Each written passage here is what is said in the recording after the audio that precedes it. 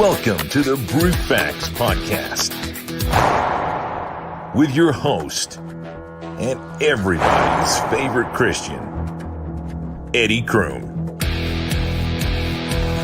Don't forget to like and subscribe to the channel and hit that notification bell for future content.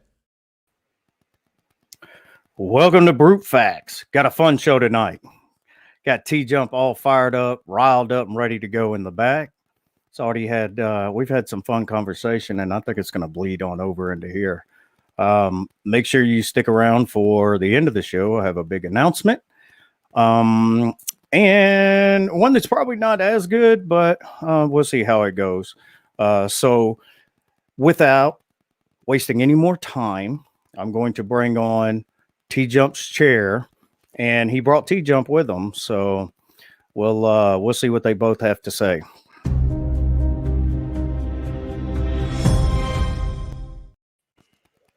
What's up, TJump? Hey, I'm gonna spoil the surprise. Everyone, the surprise is that Eddie and Oz are engaged. Dang it, man! I was actually going to do it in a different kind of way, but yeah, that'll work. It's out, Oz. Everybody knows that you've converted, and we're going to do this thing. I think Pasta's going to be pissed though. For sure. Pasta does make some good intros though. He'll have to make an intro to your wedding, like because I like the intro to your video with his sounds. His voiceovers are great because he has the great like radio voice.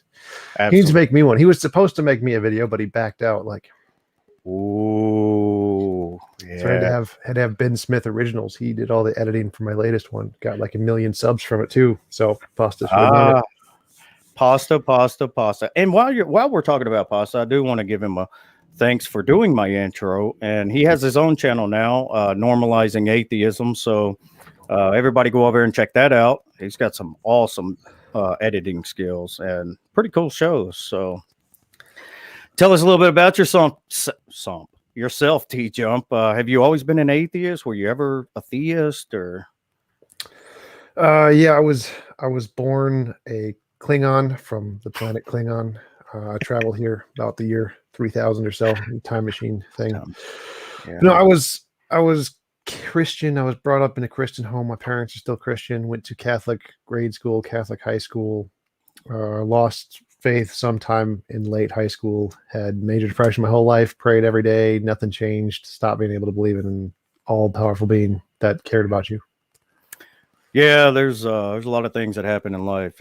Even as a theist myself, I'm like, what's going on here? It's not working out like they said. So what made you get into philosophy? One of the things I was trying to do to overcome my depression, I tried a whole bunch of different stuff. Philosophy was one of those things.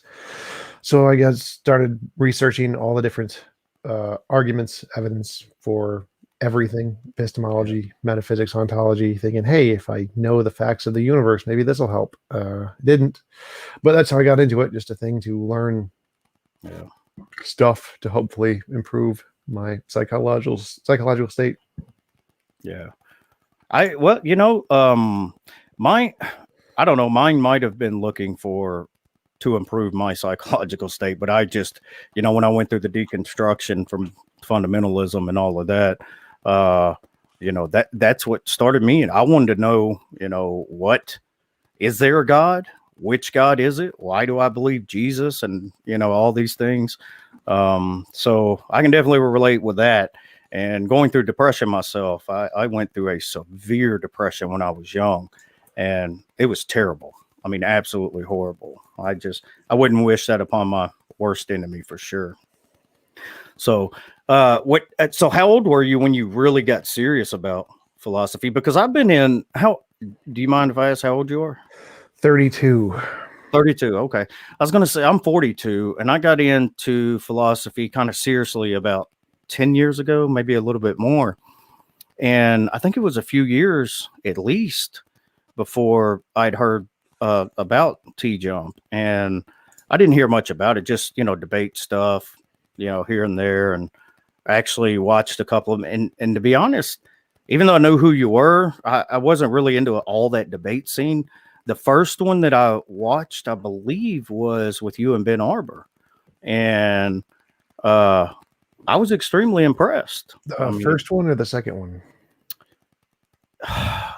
Man, I don't know where was the first one at? Online. Oh, no. It was the one where y'all were in person together. Gotcha. So yeah, I mean, man, he was a bright guy up and coming. That was so tragic. It's were you guys like friends or anything outside of it, or? I mean, as much as anybody like Yeah. in the community. It's not like because he lived in Fort Worth. I live Minnesota, so chat when we're Minnesota. there. Yeah, up here in cold country.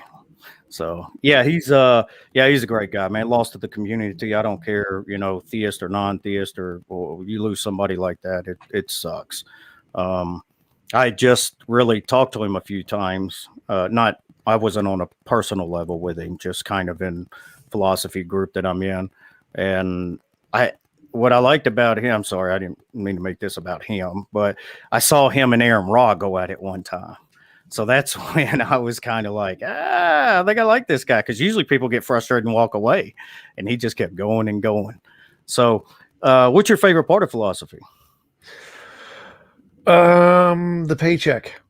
Yes, I don't know about all that. Every philosopher I hear is pretty broke. So Yeah, I'm a YouTube philosopher, so I make about as much as they do. I just don't have to work as much. So I don't like. I tried to get into philosophy as a way to cure the depression, but it was never something I was super passionate about. So it's not a thing I really enjoy. It's just a job for me for the most part. Yeah, that's well, I think there might be some truth to that whole Cleon thing, because I think every time I turn around, you're online. I'm like, does this dude ever sleep? I mean, you must have some good drugs or something going on there. So time travel. I can travel back in time like Hermione from Harry Potter and be in two places at once. There you go. You go ahead, you sleep for like 2 days, and then you come back and work for 3. So it's a pretty good schedule. So you're totally self-taught, right? Sort of. I've audited classes at colleges, so Okay. not exactly. Yeah, but still, I mean, you don't have like masters or PhD or anything like that in philosophy, right? Yeah, like auditing classes means you take the same classes, but you don't get a degree, and it costs a Oh, lot really? less money. Yeah. Oh, that is pretty sweet. I didn't know that. I might need to look into that. So, okay, well, you do have a pretty good education there. I was going to say, for somebody that was self-taught, I mean, not to try to be flattery or anything, I think you're a pretty damn smart guy. So, Thanks. Definitely a good debater. I mean, I don't know how you're so quick and all. I'm just like, slow down, bro. Quit talking. Just hold on. Let me absorb it. So, what made you want to debate? Just being in philosophy? I guess it was the testing of my ideas. So I thought I had better arguments than the theists, the big theist, William Lane Craig or whatever. And I was like, hey, I could be good at this. This could get me a lot of attention and popularity and stuff. Let's start debating theists because it's easy. So I think that's when I started doing debates was at the same time as Modern Day Debate. So we both started our channels at about the same time. Okay. And I did my first debate on his channel when he had like 600 subs or something. And I had like 200. And that was essentially just the motivation was like, hey, these people have really stupid arguments and I can defeat them very easily. And it's funny. So let's do that. Nice. Look, I actually have a compliment in the chat. I am stunned. Thank you, Christian. I love Christian. He's such a nice guy. I don't like debating nice people because I don't like being mean. So you debated Christian in some time?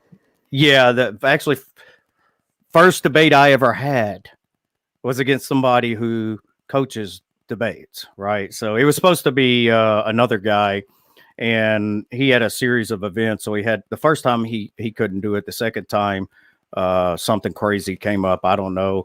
And at the last minute, Christian said, okay, I'll do it. And so I'm scrambling on YouTube to find anything I can find out because I didn't know Christian, didn't know anything about him. But he was an absolute gentleman, man. I think it was more just a conversation back and forth. So, yep. And his voice is actually a better radio voice than Pasta's, which is like hard to imagine. But yeah, Ooh, I think Pasta's probably gonna be lighting them DMs up in a minute. I didn't know you knew Christian. That's pretty cool. It's yeah, we've talked a few times. okay, neat. Man, you know everybody. I can't go anywhere without hearing about TJump, or at least the chair. I got 5,000 friends on Facebook or something.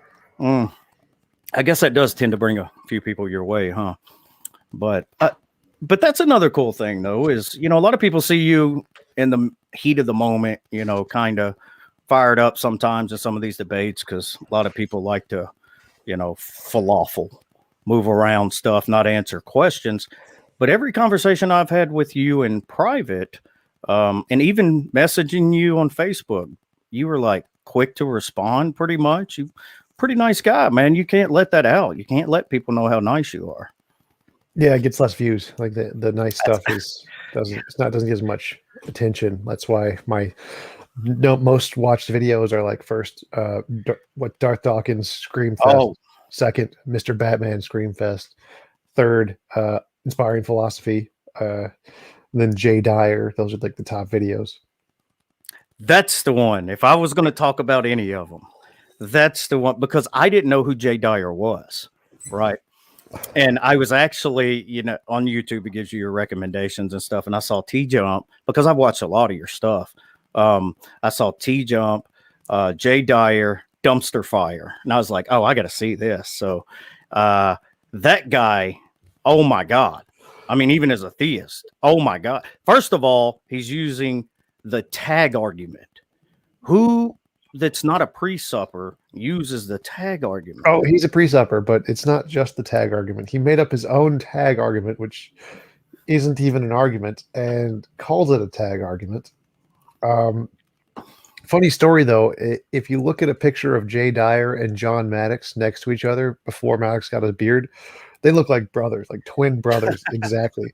The way they talk, the arguments they make, they're very, very identical. Like before I debated Jay, I confused the two. I was like, these are the same guy, right? Like, I can't tell the difference. And so I actually sent John Maddox a message on like Twitter or something like, do you know this guy? Because you guys look like really alike. And as soon as he got that message, that's when he started growing his beard out so he could be different from Jay Dyer. I'm gonna tell you what, I'd heard the name before, but I didn't know anything about him.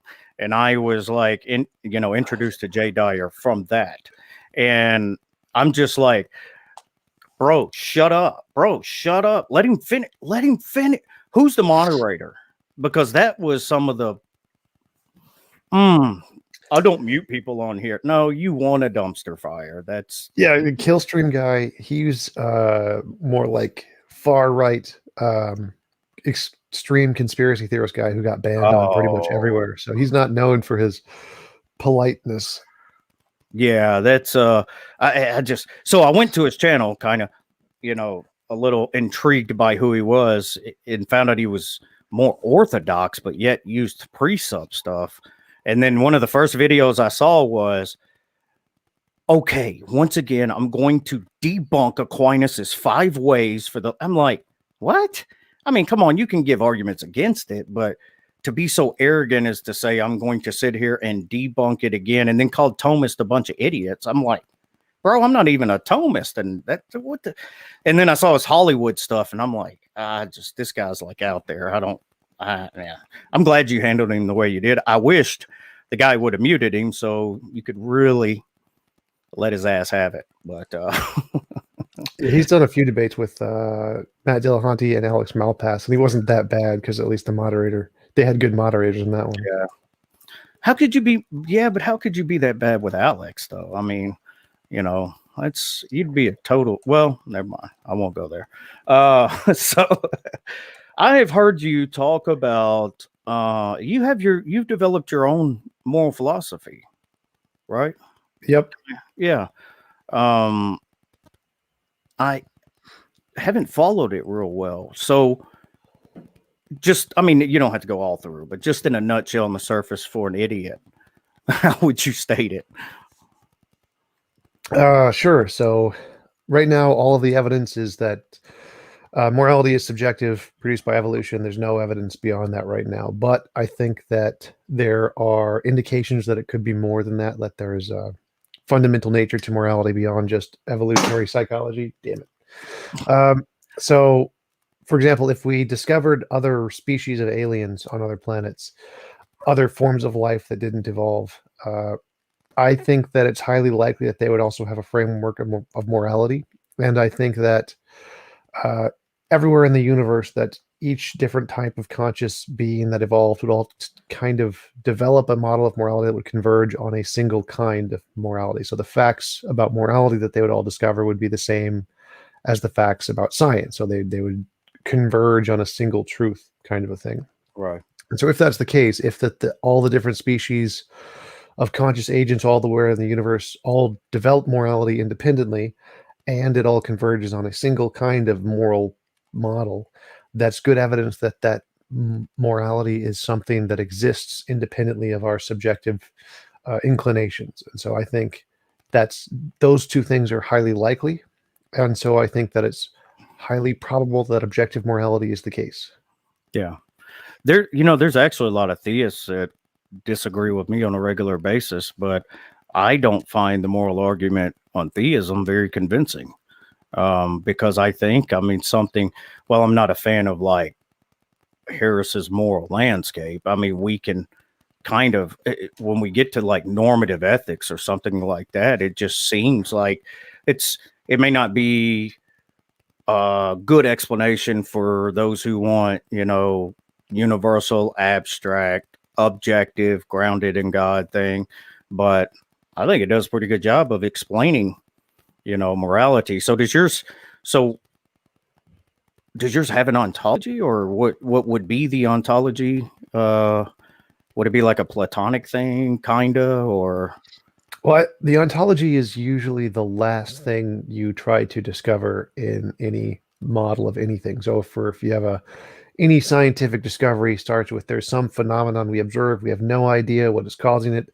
So we come up with some kind of principles to describe whatever is going on. And then after we have the principles that seem pretty accurate, only then do we try to discover what is the ontological grounds of the thing. Okay. So with morality, what we do is we start with our feelings. What morality ultimately is that we get a certain kind of feeling when we see someone punch a baby, or someone steal something from someone, or any kind of injustice or whatever. We get a feeling inside of us, and that's feeling is ultimately what morality is. And so we're trying to describe, when we try to discover what morality is, we're trying to say, well, what is the cause of that feeling?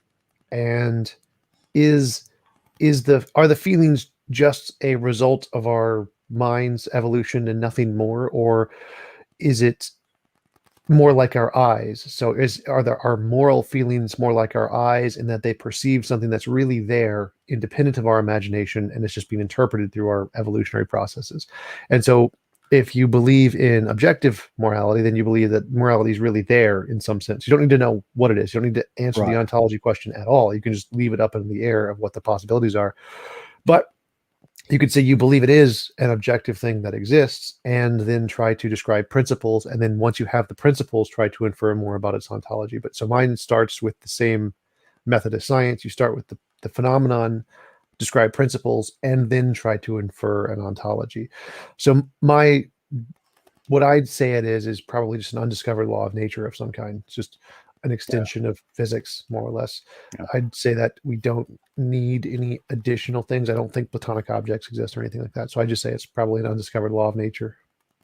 Yeah, and I also know, like, sometimes when I, talk about Platonic things, it'd be like a realist versus an anti-realist, that there really is a Platonic form, or it's just this objective fact about the world, and there's not really a Platonic form. But you still consider it a moral realist, though, right? Yeah. Yeah. So moral realism is the position that moral statements are true. Right. So yeah, I mean, that's the position that yes, there is an objective morality out there.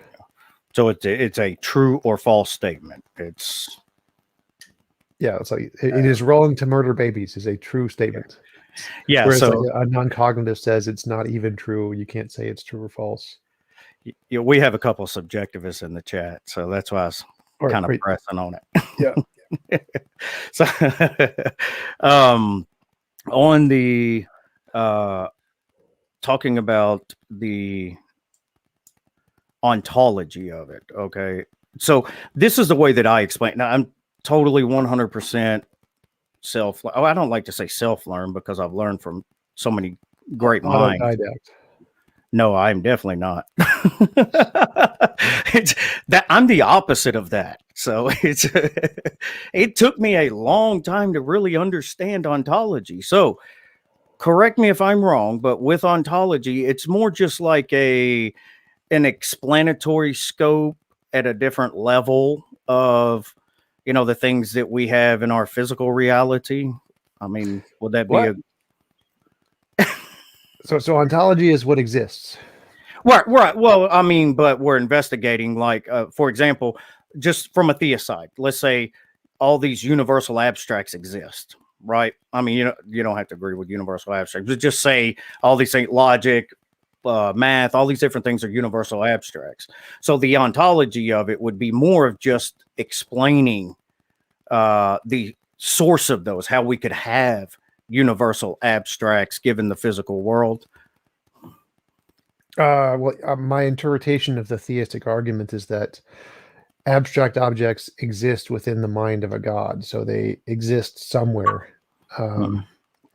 And depending on the theist, they interpret that in different ways. Like some think that abstract objects exist independently of a god in a different realm of some kind, like Platonic objects, and some think it only exists in the mind of God, and the mind of God encompasses everything that exists. So there's different interpretations of how abstract objects relate to reality. I love how all the definitions in the chat is it's a study of the nature of being, and it's like, man, if it was just that simple. And metaphysics itself it's something else. But so from there, I've also heard you use novel. So what do you mean by novel testable predictions? Because I usually hear people talk about predictions, testable things like that.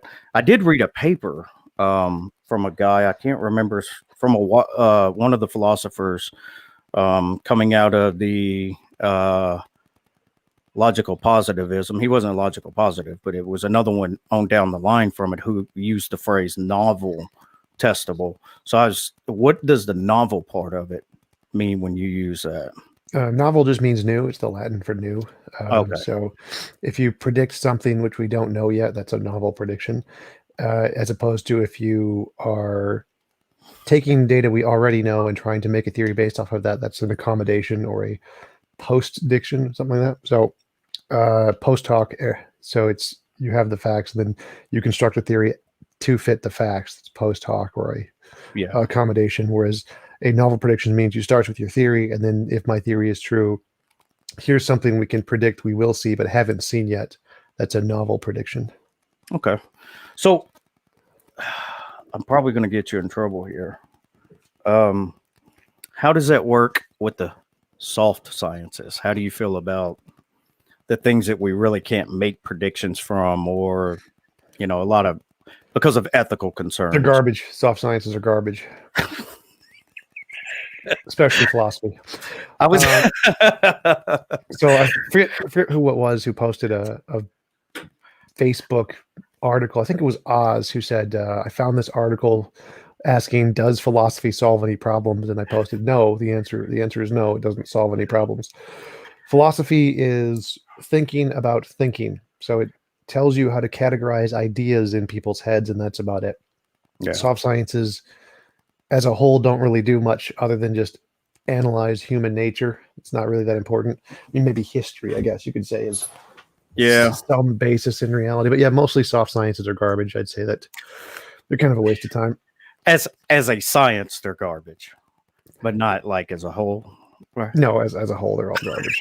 I was trying to help you, Tom. I was trying to help you out, man. We got a lot of psychologists and stuff in here. So. Yeah, it's all garbage. Pseudoscience, psychology is garbage. Like even the most rigorous psychology, there's that form of things to categorize diseases. I forget what it's called, like some kind of list of diseases. It's all bull crap. Most of them are wrong. We need to reevaluate them the entire time. It's not a good field. And before anybody, tries to jump down my throat or Tom's throat or anything else, if you actually go back and look at some of these meta-analysis of things that happen in psychology, there's one that was done by a psychologist. He didn't do the study, but there was a study that was done, an independent study, and it found that upwards of 55% of peer-reviewed papers in psychology were literally just false. Not that they included false information from, or, extracting certain things from different studies without telling the rest of it. They were literally just false. And he had written an article because of the way that psychology is used in law, to analyze, man, Oz's fly's back again. Dang, Oz. I got this fly that only comes up when Oz is around. I don't know where he's hiding out in my studio. I have no idea. But anyway, so he was railing against how they use psychology in law, which is a little different than how you and I talk about it. But still, people are going to prison and jail over this respected field that is like plagued, with so many issues and the peer review process. I don't think so. To clarify, it wasn't that they were false; it's that they weren't reproducible. Like, of the 55% of studies, I think it was 67 total, was not reproducible. Ones he could reproduce were false, and the rest of them he couldn't reproduce. So he wasn't specifically saying the conclusions were false, just that the papers weren't actually testable to show that they were correct. Yeah, well, it may just have been my choice of the article, but this guy actually said they were false. But he was just someone who was doing a, editorial on issues within psychology. But yeah, I would actually agree with you. That sounds actually more accurate. It's just not testable. A lot of ethical problems there. So now that we know how you feel about that, if you had a favorite science, what would it be? The one that gives me money? I don't know. Probably computer science. Artificial intelligence is probably my favorite. Oh, that's cool. That's cool. I was hoping you'd say like physics, because I love physics, but I guess that's a big part of it. Physics is boring. You can't do anything with physics. Artificial intelligence. Come on, Tom, nope. Get on physics Nope. train. Nope. So biology is better. Neurology is better. Chemistry is better. Physics is like the most boring of all the sciences. Artificial intelligence is the most interesting. Yeah. So I have a couple of physicist friends, and forgive Tom, but but that's a good topic, though. I love artificial intelligence. I am intrigued by the possibilities there. I mean, given artificial intelligence, are you convinced that one day we'll have like real conscious self-learning, like a human conscious kind of? Better than humans. Yep. Wow. That's great, I think. So what if they try to take over the world? Good. I will gladly adopt my panda cage with my bamboo and my panda porn. So this is one I don't think I've heard you talk about. It kind of ties into it. Do you have a specific philosophy of mind that you think's more accurate or true? Or physicalism, materialism? Your brain is your mind, and it's all physical. Okay. But are you like a strict materialist or just physical? Same thing. Materialism, physicalism, and the same thing. Well, is there an echo? I hear an echo. Oh, I don't hear an echo. Testing. I definitely hear an echo. Do you? Does anybody in the chat hear an echo? Just recently, though, like in the past 30 seconds. Oh, I think it's gone. Nope, still there. Let me check one of my settings here, make sure it's not. So I don't think I've ever had an issue with echo. Everything should be right. They don't hear you. It's weird. You're the only one. Does somebody have YouTube going in your house? No. Yeah, I don't hear it. They don't hear it. If it gets too bad, let me know. I'll put headphones on. Maybe that's it. I don't know. Mine are bulky and ugly, so I don't like to use them. Well, the only reason I made the distinction was because I've said the same thing before, and they're like, no, it's not the same thing. It's not the same thing. So I've had others push back against it. But so if I was going to take Tom's consciousness out of his brain and upload it to a computer, then that's now Tom? Well, it would be more complicated than that. So you can't like take a consciousness and then copy it. You'd have to take the consciousness and Theseus's ship it. So you'd have to take computer parts and replace them with my brain a piece at a time while maintaining the conscious electrical signals that are going on in my brain in order for it to continue to be me. Yeah, so you're like way too analytical. I was talking about just a thought experiment. If I could take your conscious out and put it in a robot or a computer or something like that, then that would now be Tom. Is that sort of? Yeah, you just have to take my brain apart piece by piece. Yeah, take your brain consciousness and replace it with pieces. I'm just trying to get pieces. A better understanding of it. Yeah, I was a substance dualist for a while, and I couldn't, the mind body problem. I couldn't make it work for me. But I kind of lean towards hylomorphism and actually more physicalist now. I know we can talk about that one night. Yes. Are souls a thing? Yes. Doesn't that refute physicalism? I don't think so. I think it would. Are souls physical? Well, that's just it. They very well may be, which is kind of where. Well, there's some older, and I can't remember who it was. There's some older thoughts in the Orthodox views where on soul implantation. And some of them are that the soul is created along with the body from the mother and the father. So the soul is something that comes with the mother and father as creation. So some would consider it part of the physical. Others would say, no, it can't be part of the physical. I haven't worked it all out, Tom. Stop pressing me. Can it be measured by science? Do we have a tool that can measure it? Well, I mean, we can't really measure consciousness either. Oh, yeah, we can. Like, that's kind of solved in neurology. We can definitely measure the weight of thoughts. Like, there's actually a PBS video on the weight of thoughts, and you can calculate the amount of energy in a thought and translate that into what it would be in mass, E equals MC squared, and come out to the weight of a thought. You're going to have to send that to me because I got to see that. Some Harvard professor guy. Okay. Yeah. So no, I haven't been aware of any of those where we can actually measure consciousness. Matter of fact, that's most of the time everybody keeps talking about the hard problem of consciousness. So, but I'm sure you spend 24, 25, 26 hours a day, doing this stuff. So I don't doubt you. 26 hours a day. Yep. 26 hours a day. That's right. Well, you time travel, so you get 2 more hours in there. 40 hours a day of practice, like 2-set violin. You should check out their channel. They're pretty funny. So do you have a favorite philosopher? Nope. Wow.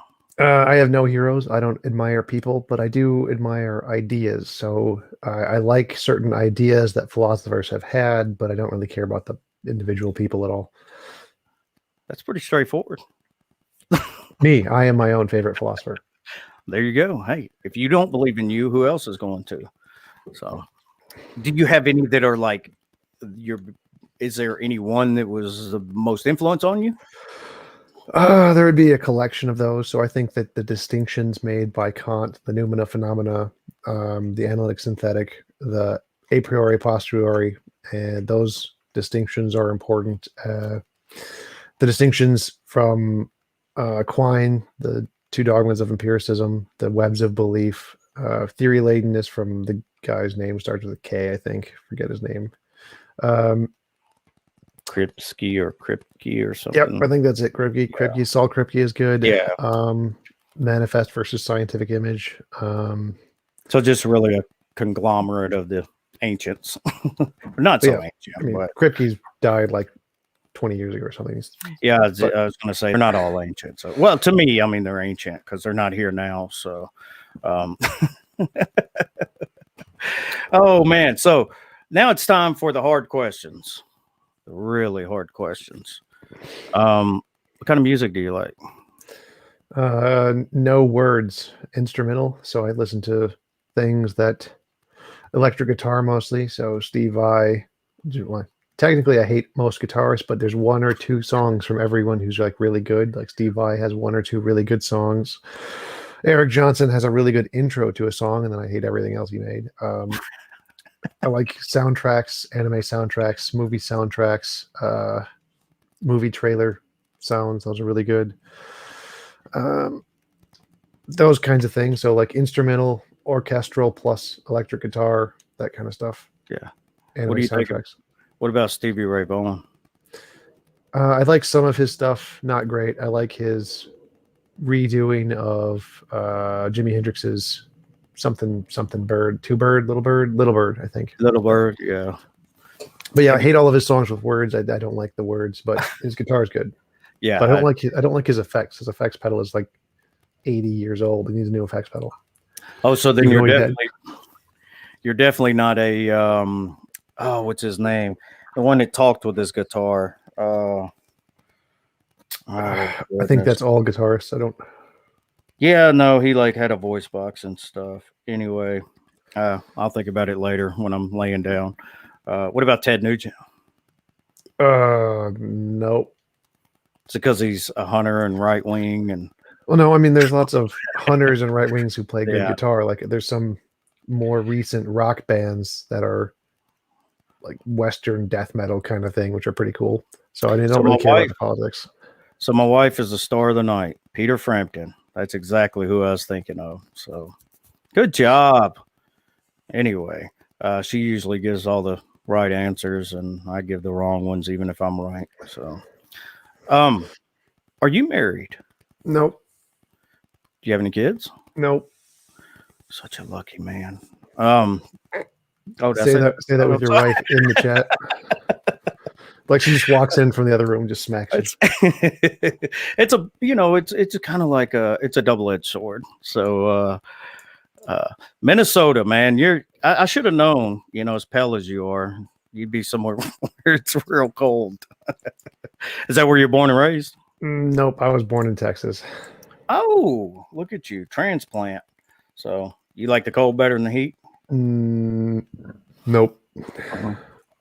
Oh, favorite movie? Kung Fu Panda. Wow, I would have never guessed that. An amazing movie. You're like this enigma. It's you're full of surprises. So Oz and Pasta and them told me that when you guys had all met up at the debate you had and all that, they was like, you know what? Tom is this really, really nice guy. And I'm like, come on now. So next time, are you going to the one in Dallas?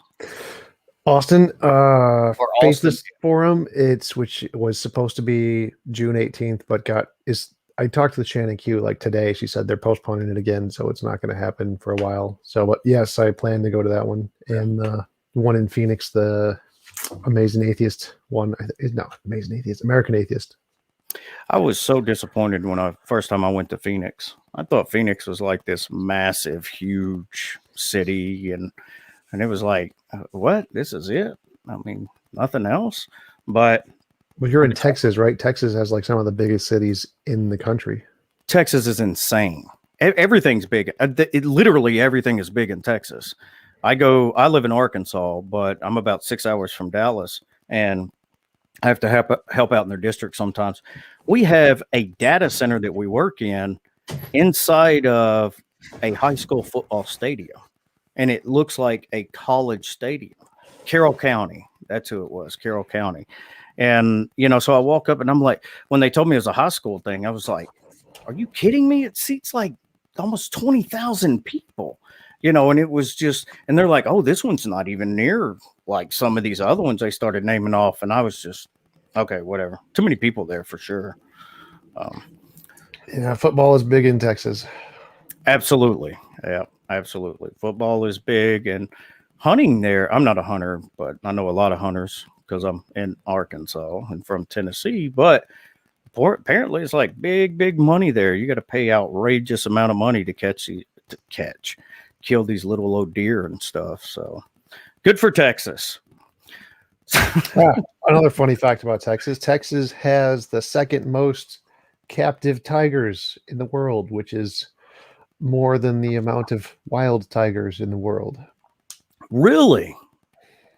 Are they sanctuaries, exotic market, or Nope. Rich people with big backyards. no? Are they like good habitats and stuff? Or Nope. Terrible. They feed them whatever, not healthy to take care of them. Number one is Saudi Arabia. Surprise.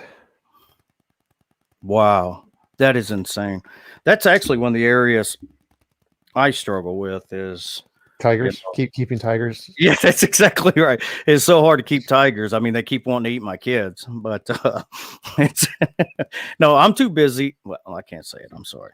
We're taking care of, we have family that hangs out with us a lot. So, And they're like tigers. yeah, I had a different word, but no, they're cool. I like them. The whole, veganism, eating meat, the way I mean, I love meat, but I hate the industrial part of farming. I kind of struggle with that part. So Yeah, You I have struggle when they get like a spare bone in my boneless chicken. It's like they're supposed to be boneless. What is this? but hey, it's nothing like finding a beak in your chicken nuggets. So that's there was a local story. I'm originally from Memphis, and there was a local story there. They like blew up big time because somebody found a deep fried beak in their chicken nuggets. And I was like, I think that's about time I quit eating chicken nuggets. Yeah, that's how they make any kind of boneless chicken. Is what they do is they just put the whole chicken in, grind it up into little squishy bits, and just spread it out. Have you seen the videos supposedly from the chicken places where it's like this big extruding tube of pink meat that's coming out? It's supposed to be the chicken. I don't know if it's true or not. Yeah, that's 100% true. I've seen all the documentaries of how they treat the animal. It's pretty bad. Especially what they do with the chicks. Like the male chicks are just instantly garbaged, smashed. Well, where I live is huge chicken country. We have chicken houses all around with Tyson chickens here. So there's chicken houses all around. And what I love their barbecued the what's it? Buffalo chicken tenders. Those are really good. They make some good. Put those in like a burrito with some lettuce and some fried onions. It's amazing. They're good in street tacos too. So no, what I learned. Dog. Do I? Those are made of dog.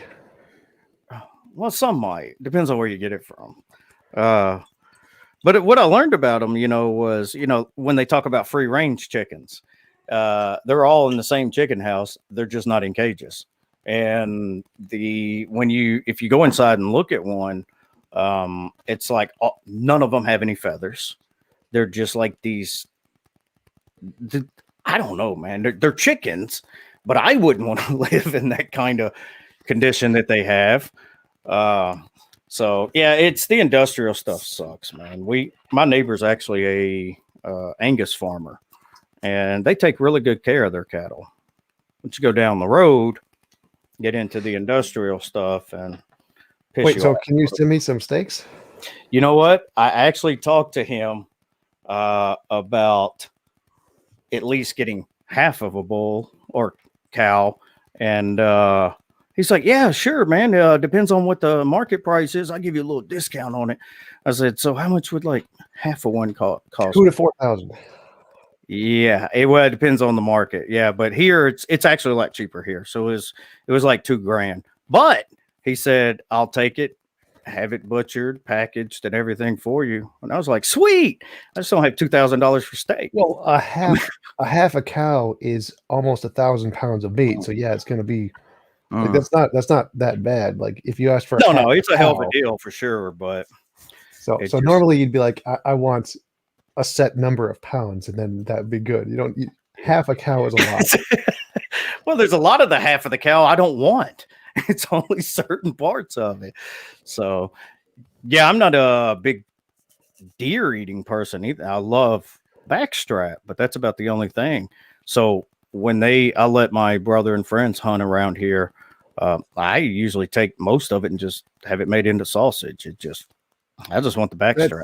That's terrible. Like, so cooking, what you should do with cooking is you have kosher sea salt, the big chunks, cover it like raw, leave it in the fridge for 24 hours, add some garlic, onion, and a few other things, my secret ingredients. Leave it in the fridge for 24 hours and then cook it however you want. Add a stick of butter on top, and that is the correct way to cook meat of any kind. Really? That's pretty cool. It's called a dry brine. Dry brine, it's the salt sucks out all the juices from the meat, and the juices absorb all of whatever sauces you put on the surface and then get reabsorbed into the meat to spread out all the flavor. Nice. Let's see. Being from Memphis, I do a lot of smoked ribs and shoulder and stuff like that. So I do put, a lot of those to brine because there's not the ribs, obviously, but like shoulders and stuff. It doesn't have a lot of fat on it. You want to get the juice in there. But I don't do a lot of prepping kind of cooking. I'll go buy a good quality steak. I'll put it out at let it get room temperature. I'll put it on, cook it to medium well, salt the mess out of it, cracked pepper, butter, 5 minutes, let it reabsorb the juices that are in it, and it is fantastic. Try it the other way around. Put the sauces on first, leave it in the fridge, and then try it, and it'll be 10 times better. Okay. Add butter. Add butter. Nice. You're making me hungry, Tom. I love steak. Steak is like my dessert, But just in case you were wondering, you can actually get burnt out on steak. So it's possible. Like, because that's my diet is go to Target. I get cheap steaks because I'm lazy. I can make them taste good anyway, so I don't really care. And I get like 4 New York strips, 4 thick cut pork chops, and a thing of ribs, and that's my 2 weeks of food. Have you heard about Jordan Peterson's diet? The keto diet, all meat. Yeah, well, it's not even just ketone; it's a carnivore diet. No greens, not literally meat, nothing but meat. Yeah, I think it's called the keto diet. Well, I mean, I did keto diet for years. I used to lift a lot of weights and stuff, and I did it when you do cutting. If you bulk up, you go through a bulking phase, and when you get ready to cut, you go keto because you just all the moisture, all the water's gone, everything else. But you can have green vegetables, anything that's low carb, and a lot of meat, but you got to have a lot of fat so that you get the ketones built up in the body because your body actually uses ketones for fuel. But he's like cut out everything but meat. And supposedly, now I don't know, but supposedly all of his numbers are like great.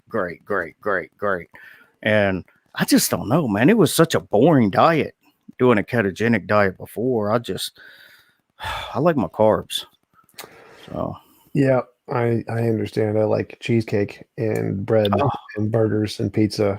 No, you didn't. Cheesecake is like my favorite. It's got to be New York style though, but cheesecake is my favorite. Why New York style? It has to be thick, like thick, because some of them that I have, they're kind of runny in the middle or real mushy in the middle. I just don't do all that. Yeah, I like the consistency. So, lamb ribs. Oh, look at this. Cooking with TJump. Sunday mornings on Twitch. That's what I'm talking about. Hook him up, Nate. For the right dollar, he'll do anything with you. That is true. Oh, that is fantastic. Sign up to my OnlyFans. So what game do you play online all the time when you're debating? I signed up for Gamefly. Gamefly sends me a new game every time I beat one. I send it back and they send me a new one. So whatever one is on the list is whatever I'm playing. Nate said, "Don't tempt me." I'm glad you have all that money, Nate. I think we're all going to go hang out with Nate if Nate's got all that money. Come down to your place. You can buy half a cow. We can cook it.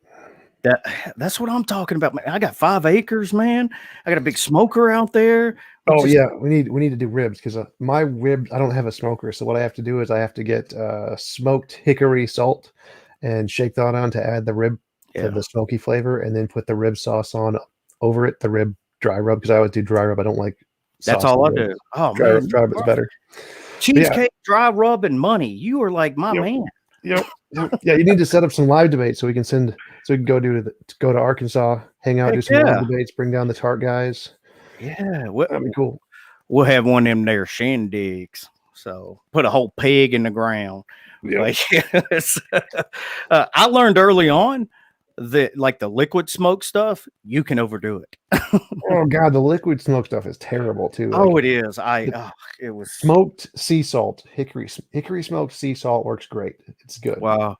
Well, my wife and I, we try to follow a Mediterranean diet as much as possible. They, with her having autoimmune disease and my 17-year-old daughter recently diagnosed with it, we try, the science is up in the air about inflammation as far as diets go. A lot of people think it's solid science, but if you really look into the studies and stuff, there are promising aspects of it, but it's not a like set in stone kind of thing right now. It just hasn't been enough quality studies to say, yes, this diet absolutely. So it's mostly correlation right now. Oh, well, yeah, that's one of the things I mentioned earlier is that biology is one of the more interesting fields than physics. The biome of the human body and biology in general is far more complicated than anything in physics. Like just analyzing any part of the human body is more complicated than pretty much the entire galaxy. The physics is pretty simple. So yeah, the understanding the bacteria in your stomach is essentially what you can use to gauge your inflammation and what diet's going to cause more or less inflammation. So you have to understand the bacteria combination you have to understand how a certain diet is going to affect you. Yeah, that makes a lot of sense. I am seeing a lot more because I've been into fitness and diet for many years, long before I got into philosophy and all of that. I mean, I'm not an expert, but I've done lots of reading on it. And look at that grin. Look, he's like, well, no shit, idiot. But I did learn through philosophy how to properly analyze studies by who funded it, whether it was a scientific study or not, and all these different things. So looking at all of those and kind of there was the website's not around anymore, and I hate that it's not. It was it's a part of Healthline now, but they had their own thing. The guy's name is Chris Gunner, I think it is, and he was a med student, and he couldn't stand every time he went to a different medical website or diet website or whatever. You'd find out that, they were kind of cherry picking studies, and some of them they were getting paid by somebody. So he'd start doing these articles and like cited every single study. This is why they think this is, and he was real modest with it. He didn't say it doesn't do this or it will do this. He was like, according to these studies, it may do this, that, or that. So after, reading a lot of his stuff for a long time, and then he moved over to Healthline, they bought him because he got so big. His stuff, every once in a while, he'll do articles and stuff, but there's a lot of people on there that they kind of pseudoscience, there may be promising things to, not really, but like healing crystals and crazy stuff like that. But so yeah, it's hard to find. We just, if it seems promising at this point, it can't hurt to try, so. Yeah, I think the thing that has actually been proven to be the most effective and the most disgusting is fecal transplant. Like that actually works to change your bacterial biome and to cause changes in how your diet affects you. I've heard about that. I haven't done a lot of. Have you done a lot of reading into that area? Is it like as much as I do on most things, I guess. Read it once and absorb the hell out of it, and that's just something like that. So, but yeah, it's definitely interesting. Yeah, that's crazy. That's that's definitely something. I'd actually heard somebody talking about that before because before I went off on this ADD tangent. I'm reading so much more about gut bacteria and all these different things. Like different medicines according to people's body chemistry and all these things. A lot of times it just comes down to gut bacteria, what the makeup of the gut bacteria is. So Yep. there's a lot of crazy stuff there. But I like biology like you. Well, I don't know if you like it, but I think it's interesting, like you were talking about. And I just had an appointment earlier, or actually 2 appointments today for my carpal tunnel and then one for the rheumatologist. And the guy was kind of like, well, I'm sorry, we just, and I was like, hey, bro, I work on equipment for a living. I know what troubleshooting is. I could not imagine having to troubleshoot the human body. That's just, that's insane. It's, yeah. What is cannabis wood, Nate? You just making stuff up now? Cannabis wood, as in weed wood. I think you were going to smoke it with cannabis wood. Oh gosh. So we now know that Nate is a pothead, which I don't have Wait, any. how did you not know that before? I should have picked up on that with that slow, dry kind of humor thing, but I thought it was part of his like shtick. He grows mushrooms in his hair. You just pick through them. There's free mushrooms. Hey, I can't wait to go. He's inviting people. He just launched his new show. He's inviting people to roast him. Oh, I can't wait to get on there and talk about the reformed pastor look that he has, and Youth pastor. Yeah. And there's a guy in my Discord server named Mark, and he's like, oh, wow, he's Canadian. Oh, wow, you're telling me Jimmy Neutron's on? And I'm like, wow, no, you didn't. Yep. So it's great. Oh, man. Okay, I think I've tortured you long enough, Tom. I know you have, about, let's see, it's 8, 4. You probably got about 6 hours left in your day since you're going to time travel and come back. But I appreciate you coming on, man, definitely. Yep. Thanks for inviting me. Appreciate it as always. Yeah, no problem, man. I definitely. I'm totally serious about set up some live debates in Arkansas. We can fly TART guys down there, get some murder shed down there, collect some bodies. So, okay, don't worry about doxing him, nothing like that. But he does live close to you, right? Yeah, like 20 minutes away. Okay, that's what I thought. All right, I knew there was something odd about him. Not that he's from Minnesota, but that didn't come out right. He's extremely pale, and I think he needs some sun. According to him, you have a fantastic tan. So maybe not yet, because it's starting to warm up. We snowed yesterday. What? Yeah, April snow. Wow. But now that it's starting to warm up, I should be able to go biking and rollerblading 20 miles a day, and I'll start getting my tan. So you're going to be debating and rollerblading? Yep. Because I gained like 20 pounds from COVID. I need to burn it off. Wow. Just real quick before I let you go, I gained more weight with each of my children than my wife did. It was the craziest thing in the world. It's like, she wasn't the one who couldn't stop eating. It was me. It's like, hey, I got donuts for you. And she's like, oh, bleh. I was like, okay, they're mine. So I'm eating donuts. Nice mental picture there, huh? Yeah. So, and one more. I know I said that was it. What is it like there with the vitamin D deficiency thing? Is that a thing there, or no? Okay. Well, what? They say that this is not England. Like what? Yeah. Well, but still, sometimes y'all have long winters. You can't like. Well, I guess you probably go out whether it's snowing or not. You're so used to it, you just go out anyway. But yeah, no, it's not usually a big deal. Like if it snows, like in Texas, it snowed 2 inches and the entire state shut down, and many people died. In here, it snows 6 inches, and you have to go to work at 7 a.m. That is one thing I love about being in the South. If there's going to be snow, they close everything, nothing. So, but I'm in the mountains, so we're not going anywhere anyway. You have two ways out, and both of them go straight up like that. So I'm not going anywhere. 4-wheel drive helps you go up hills, but it doesn't do much to going down hills when it's like a sheet of ice. You just spin all 4 tires while you're sliding down. So thanks, Tom. I'd definitely like to have you back, man. I appreciate it. I had fun. Yeah, for sure. Definitely anytime. Absolutely, man. I'm going to see all these people out. See ya. Talk to you later, bud. So, Tom jumps chair, and he brought Tom with him. That was very interesting and fun. I had fun with that. So, like I promised, there's a big announcement. At least this is for my show, and being so new and getting started, this is fantastic. First, the bad news.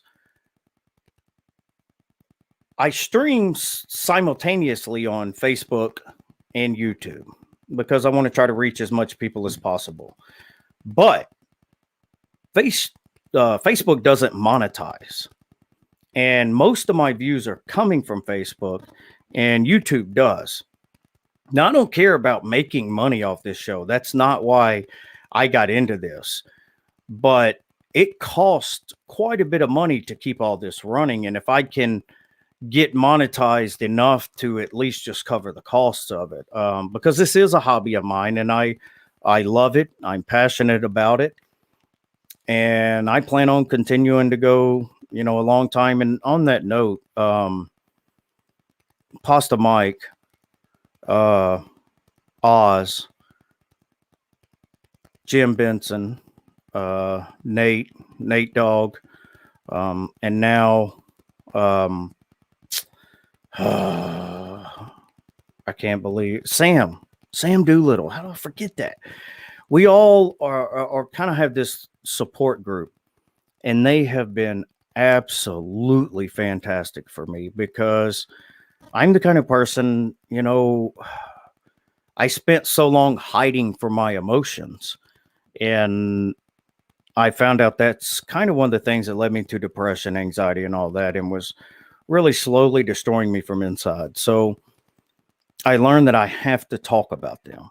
And these guys, we have created this group for content creators, have been phenomenal. When there's moments that I think things are terrible, they put me back on a level playing field. There's moments that we share awesome news and good times together. And there's moments we just talk about, everyday life and how hard it can be and how it gets us all down. And a lot of people I'm really public about a lot of the things we deal with. A lot of people aren't.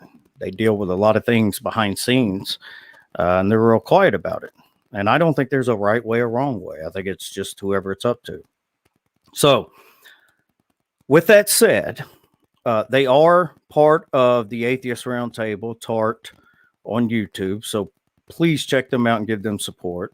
Pasta Mike has recently started his own thing at Normalizing Atheism.